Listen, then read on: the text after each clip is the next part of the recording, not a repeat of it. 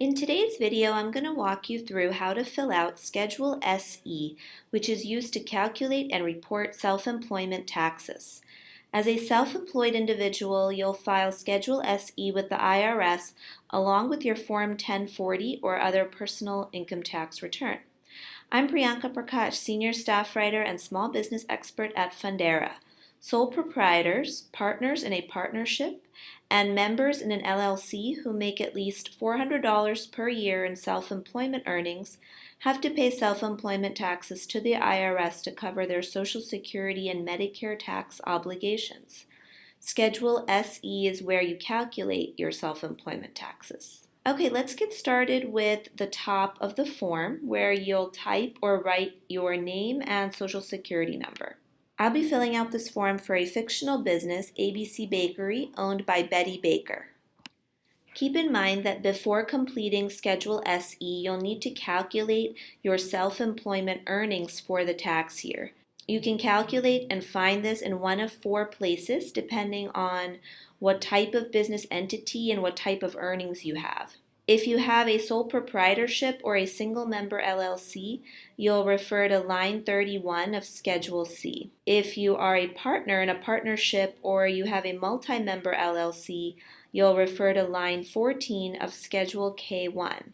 Refer to our Schedule K1 video for instructions on how to fill out that form. If you are a farmer with self-employment income, you'll refer to line 34 of Schedule F. And finally, if you have both self-employment income and worked for someone else during the tax year, you'll also refer to your W-2 form to find out your wages that were subject to Social Security and Medicare tax. Keep the appropriate forms in front of you when completing Schedule SE.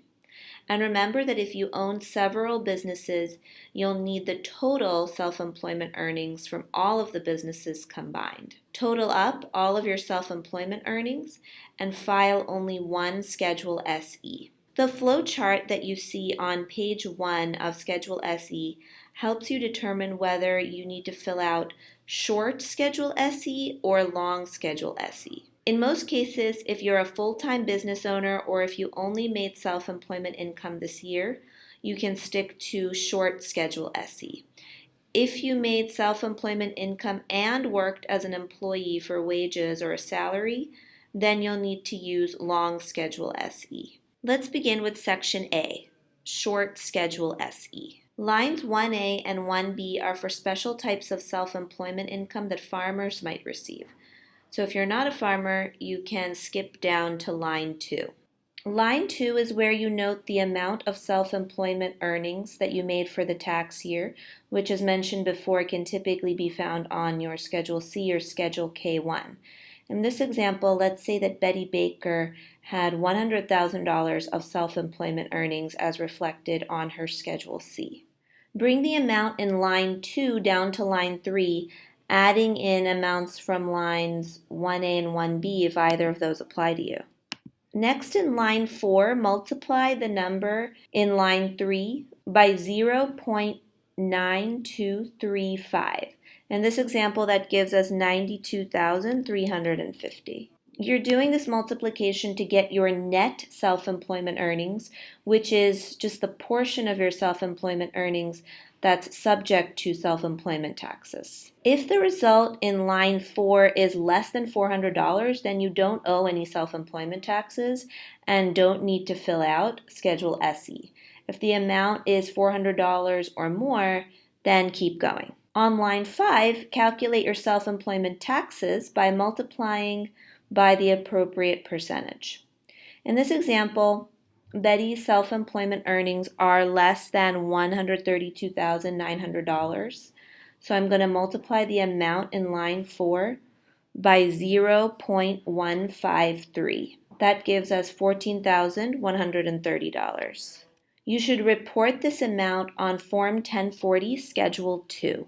In line 6, divide your self-employment taxes in half. In this example, dividing the tax result in line 5 in half gives us $7,065. You should report this amount on Schedule 1 of Form 1040 and deduct this amount on your tax return. Okay, moving on to page 2, where you should put in your name and social security number again so the IRS properly tracks your paperwork. If you're a full-time business owner, or if you only made self-employment earnings for the tax year, you don't have to worry about long Schedule SE. But just for purposes of this video, we're going to fill out this section and we'll describe some of the differences between long and short Schedule SE. Part 1 here in section B, long Schedule SE, is just like a slightly longer, more complicated version of short Schedule SE. Each line here generally will match up with what we had in short Schedule SE. As I showed above, you would skip lines 1A and 1B unless you're a farmer and go right to line 2, where you'll note your self-employment earnings. In this example, that was $100,000. In line 3, add up what you have so far. In line 4A, multiply the result in line 3 by 0.9235. That gives us $92,350 in this example. Line 4B refers to optional ways to calculate self-employment earnings, which we'll discuss in a moment. If those don't apply to you, simply bring down the total from line 4A to line 4C. Lines 5A and 5B are about church employee income, and you can skip those if they don't apply to you and just bring down the total to line 6.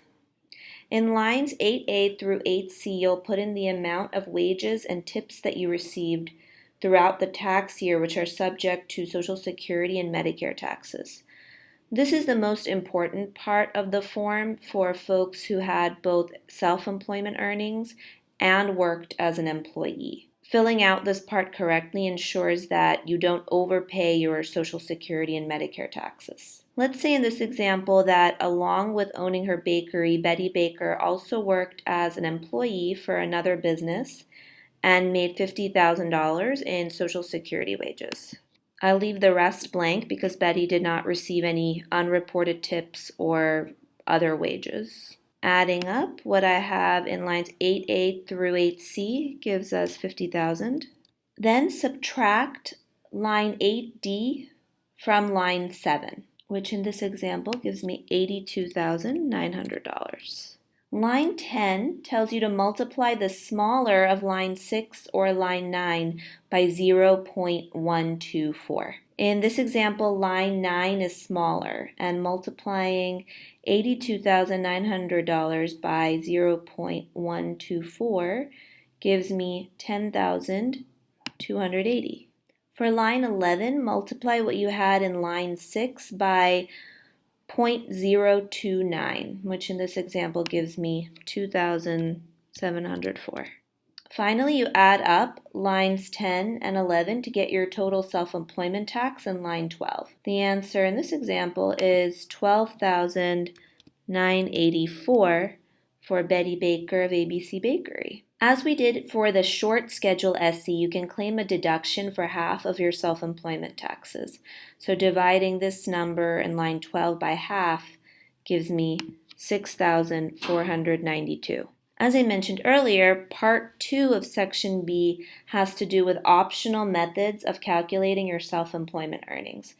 These optional methods can generally be used if you had self-employment earnings less than $5,891 for the year, or if you had particular kinds of farm income, or if you experienced a loss of earnings throughout the year. That said, using one of these optional methods can also increase your self-employment taxes, so make sure you talk to a tax professional before going this route.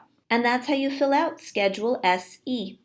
When you're done, make sure that you attach a copy of Schedule SE to your Form 1040 or personal tax return and submit them to the IRS by the tax return deadline, which is April 15th for most taxpayers. For more small business tax tips and other business info, head over to Fundera.com. You can also go to youtube.com/FunderaLoans and subscribe to our YouTube channel for more videos. Thanks for watching, and drop us a line below if you have any questions or comments.